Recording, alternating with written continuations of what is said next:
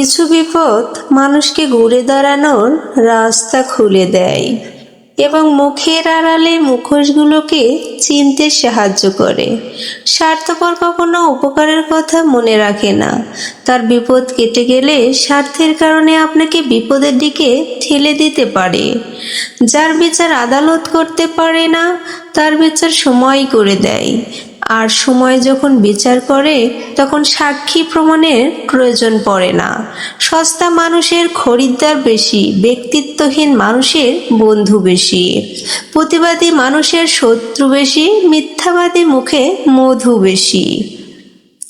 চরিত্র আমাদের ব্যক্তিত্বের আয়না।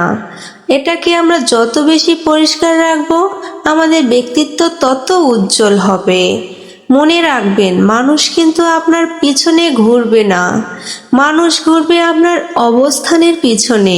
মানুষ কিন্তু আপনাকে পাত্তা দেবে না, মানুষ পাত্তা দেবে আপনার অবস্থানকে, পাত্তা দেবে আপনার পদ মর্যাদাকে।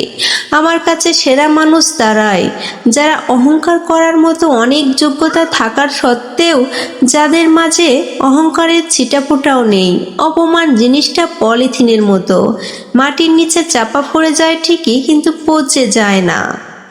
উচ্চশিক্ষা আর সুশিক্ষা এক নয়।